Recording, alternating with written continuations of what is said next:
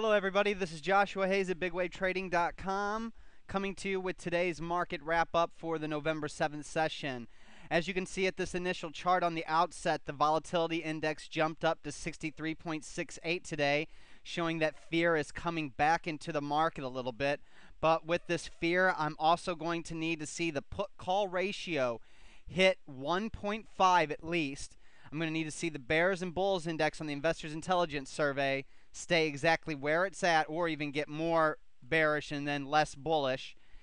And I will need to see the VIX get back up to around the old highs before I call a bottom in this market. For right now, just taking a look at this, we can see that the they're going to the Dow Jones Industrial Average. Let's go back to the S&P 500. You can see the S&P 500 got turned back before it could even get to the 50-day moving average, and today it sold off on volume heavier than the day before. Now, I heard a lot of people say that it was huge volume today, but my volume shows that it was below the 50-day volume average, but I'll have to check Investors Business Daily to make sure that that's correct. But even so, it doesn't matter. A down day is a down day is a down day. The past 2 days, the S&P 500's lost 10%. So anybody that bought the rally the past week is probably underwater by now, unless you got it on before the big up day here on 10/28. So then let's go ahead and move on. The Dow Jones Industrial Average, you can see it got turned back right before it got to the 50-day moving average. And if you bought stocks immediately after the up day, big up day, you are now only underwater by 4%.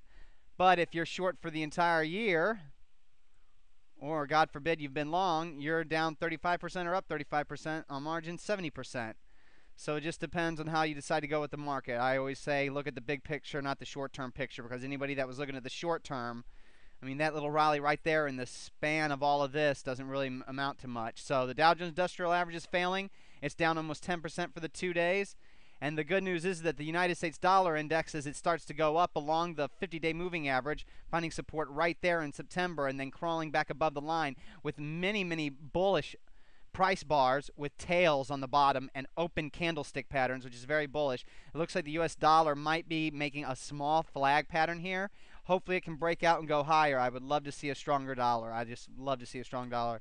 And then the NASDAQ 100 shows you the weakness that's in this market. As you see on the 2-day, it's down 9.9%. And now you can see the NASDAQ. You can see on 2 days it's down 9.6%. You can see the heavier volume today, but still below the 50-day volume average. Still of no comfort, though, because the lower prices is hurting a lot of people. The S&P 600 down 8.6% the past 2 days, and still well below the 50 and 200-day moving average. Until this price bar can get above these two lines, 50 and 200-day moving average on the indexes, it's going to be a long time before this market gets going anywhere. See the Russell 2000 right here. It couldn't get back to the 50-day moving average either. It shows extreme weakness. You can see the rest of the time we danced around the 50-day moving average, but now we're pretty extended away from it. Could bottom out.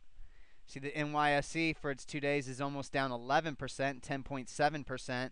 So it's definitely the weakest of all those indexes. But I'm going to go ahead and wrap it up here because I've been talking for a very long time that short is the right way to be playing this market, or actually being in cash. It doesn't matter. Being short or in cash is right now. Being long is wrong. I've tried to go long a couple of stocks. I said to keep them very small. And the reason I said that is because, surprise, surprise, they're not working. I expected them to, obviously, or else I would not have gone long. But I got to admit, I'm not surprised, and that's why I said to keep them short. So I'm going to go ahead and wrap it up here. This is Joshua Hayes at BigWaveTrading.com saying goodbye, and I hope you have a pleasant tomorrow. Bye.